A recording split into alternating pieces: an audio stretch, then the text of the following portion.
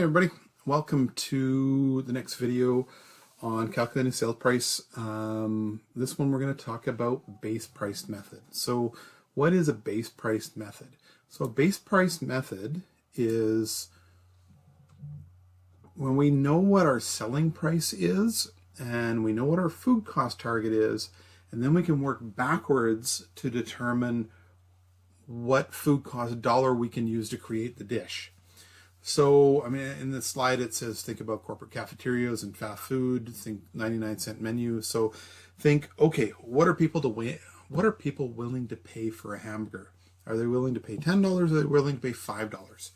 If our food cost percentage is, say, 30% and they're willing to pay $10, we know we have $3 to build our recipe for our hamburger, right? So this is where we get into, talk about price matching possibly down the road, right?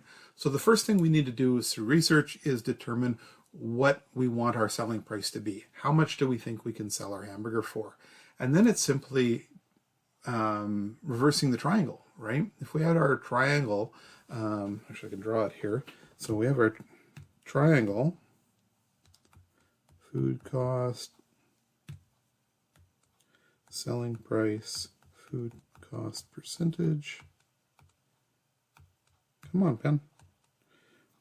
So if we know what our selling price is now here, and we know what our food cost percentage is here, we can figure out this, right? So in the example I was talking about, if we had a $10 hamburger and we had a 30% target, we multiply those together and we end up with $3. So now we can build our recipe for our hamburger based on a target of $3 per portion, right?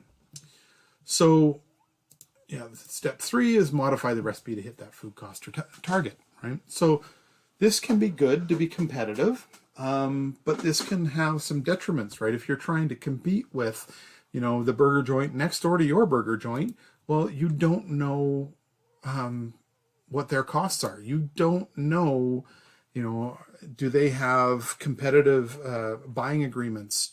Are they getting better prices than you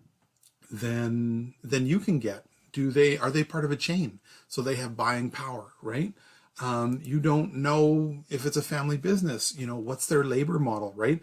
Are the kids in there, grinding meat for the hamburgers and they don't have to pay them, or they're, paying them an allowance for the week kind of thing, right? I mean, it's, it's a little bit, illegal, but you don't know what their labor model is. You don't know, are the owners taking profit? Are they just trying to undercut you so that you're going to go out of business and then they can make more profit and raise their prices later?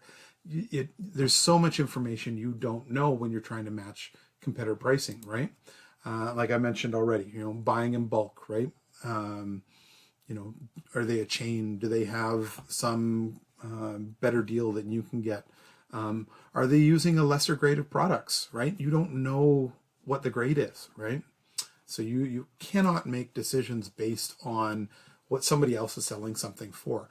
By all means, you need to take them into consideration, but I wouldn't use them as your end-all be-all to set your selling price, right? But it's good to be able to go, okay, well, we have a 30% food cost. They're selling their hamburger for $8. So theoretically, based on our model, we would have to build a hamburger for $2.50 or whatever it is in order to hit that $8 mark. Can we do that? Can we build a competitive burger to them based on our pricing model, right? So, all right, that was a quick hit on base price method and matching of competitors' pricing. The next video we're going to talk about is going to be just talking about all the different methods and how do we determine which one's right for our business.